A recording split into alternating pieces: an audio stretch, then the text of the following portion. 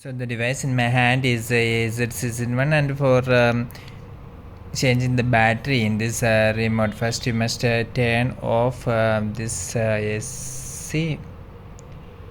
So you must simply press the off button here. Now this remote has been turned off. Then you can simply remove the battery case from the back. So you can simply remove the battery from here like this.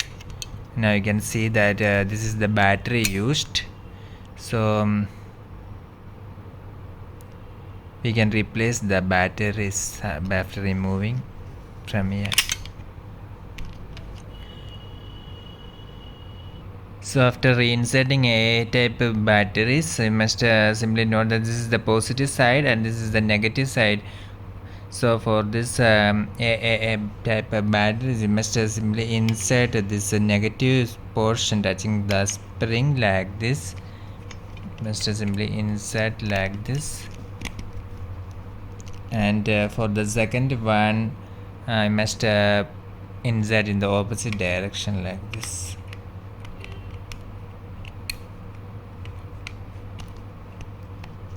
So this is the way we can insert.